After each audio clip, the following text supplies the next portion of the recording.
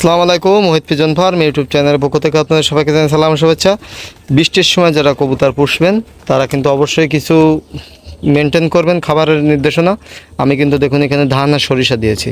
তো বৃষ্টির সময় একটু ধান সরিষা কবুতরগুলো পছন্দ করে এবং কবুতরগুলো সুস্থ সবল রাখতে ধান আর সরিষা এই দুইটা দিন, তাহলে কবুতরগুলো সুস্থ সবল থাকবে। এবং কবুতরগুলো ধান খাওয়ালে হয় কি, কবুতরগুলো ডিম পাড়ে তাড়াতাড়ি। দেখুন এখানে দেখুন এক জোড়া, এই যে এক জোড়া কবুতর, আর এখানে দেখুন সব সারিবদ্ধভাবে বসে আছে, সব সারিবদ্ধভাবে বসে আছে, আরও মাঠে আছে। আর কবুতরগুলো কিন্তু এখন ধান আর সরিষা দিচ্ছি। তো কবুতরগুলো কিন্তু ধান আর সরিষা খাচ্ছে। আর এখানে দেখুন কবুতরগুলো, এখানে আমার লাল বুনু আছে, লাল বর্ডার আছে, বিভিন্ন জাতের কবুতর আছে।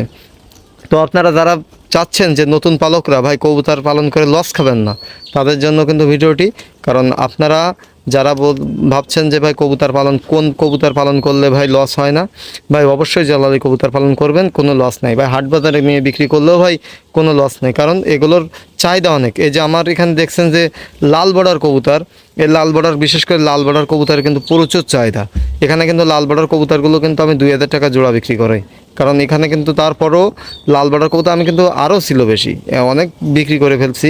তো লাল বর্ডার লাল বনুটার চাহিদা এই জন্য যে এটা একটু রেয়ার কবুতর, যেটা আমার কাছে আছে, আর এটা রেয়ার কবুতর পাওয়া যায় কম, তার জন্য এটার দাম বেশি। তো বুঝতে পারছেন যে লাল বর্ডার লাল বনুর দাম বেশি কেন। আর দেখুন এখানে জালালি কবুতর, এখানে জালালি কবুতরের বাচ্চা কিন্তু আমি 500 টাকা জোড়া বিক্রি করি, এবং লাল বর্ডার লাল বনুর জোড়া বাচ্চা বিক্রি করি 1000 টাকা 800 টাকা এরকম দামে বিক্রি করি। তো এটা আমার কথা বলছি, আর আপনারা কম দামে বিক্রি করতে পারেন। হয়তো বাজার, সব জায়গার বাজার তো একরকম থাকে না, আমার এখানে খুব চাহিদা, যার জন্য আমি একটু বিক্রি করতে পারি বেশি দামে। তো আমার এখানে কিন্তু কোনো লস নাই, কারণ এখানে লস এই জন্য নাই যে আমার এখানে দামটাও ভালো পাই, এবং আমাদের এখানে এই কবুতরগুলোর মান প্রচুর। এখন এই এলাকা ভেদে এক এক জায়গায় এক এক রকম মান। তো আপনারা কিন্তু অনায়াসে বা জালালি কবুতর পালন করতে পারেন। এবং আমার যে কবুতরের সিস্টেমটা, এখানে কিন্তু ধান দিয়েছি এবং সরিষা দিয়েছি, আর বৃষ্টির টাইমে গম দেব না, কারণ বৃষ্টির টাইমে গম দিলে কবুতর আম পড়ে। আর এই কবুতরগুলো কিন্তু খাওয়া দাওয়ার চাহিদা কিন্তু অনেক ভালো। আর এখানে কিন্তু কবুতরগুলো দেখছেন খুব সুন্দরভাবে কবুতরগুলো খাওয়া দাওয়া করছে, এবং কবুতরগুলো দেখুন সব কবুতরগুলো আমার এই। আর আপনারা যারা যারা কবুতর পালন করতে চাচ্ছেন যে ভাই কী জাতের কবুতর দিয়ে পালন করব, আপনারা কিন্তু অবশ্যই জালালি জাতের কবুতর দিয়ে পালন শুরু করতে পারেন। এবং কবুতরগুলো দেখুন আমি কিন্তু ছাদের পাড়ে কবুতর পালন করছি। এখানে কিন্তু সরিষা লাগাইছিলাম শুধু কবুতরের জন্য। দেখুন কত সুন্দর লাগছে কবুতরগুলো। কবুতরগুলো কিন্তু সব আমার এই সাইডে মাঠ, এবং কবুতরগুলো দেখুন সব দাঁড়ায় আছে। আমার এখানে গুণা নেই, আনুমানিক অনেক কবুতর আছে, তারপর গুণা নেই। তো আপনারা কবুতর পালন করতে পারেন এবং লাভবান হবেন এই জালালি কবুতর পালন করলে, এটা আপনাদের নিশ্চিতভাবে বলছি।